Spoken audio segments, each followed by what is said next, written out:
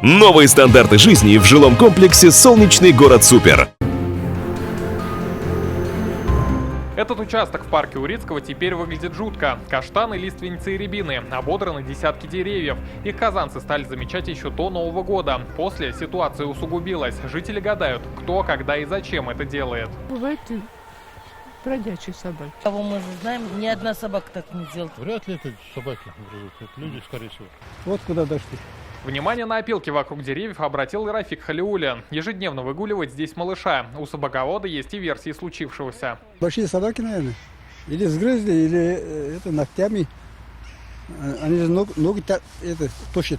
Деревья погрызаны по всему парку в разных местах, их стволы довольно сильно повреждены. Причем жертвами такого своеобразного вандализма стали как молодые, так и взрослые деревья. Вот здесь, например, следы совсем свежие.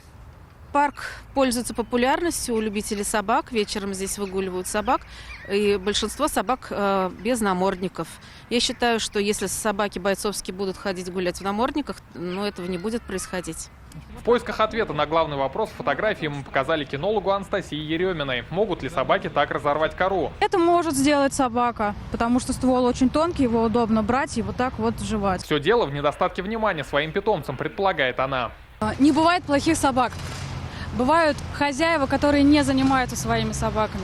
Хозяину, возможно, лень. Либо он решил, что собаке нравится дерево, почему бы не использовать дерево в качестве игрушки. Казанцы уже обратились в дирекцию парков. Здесь говорят, с таким вандализмом сталкиваются впервые и готовы обратиться в полицию. Видимо, долго искать собаководов не придется. В парке есть видеокамеры. У нас при входе в парк существует информационный стенд, на котором указаны правила посещения парка. Что касается привлечения к ответственности, это больше прерогатива органов внутренних дел.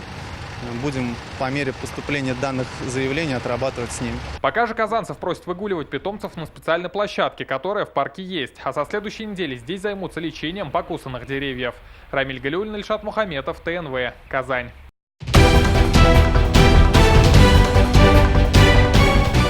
Все новости дня, выпуски программы «Новости Татарстана», программы и фильмы на сайте tnv.ru и на YouTube-канале ТНВ. Подписывайтесь.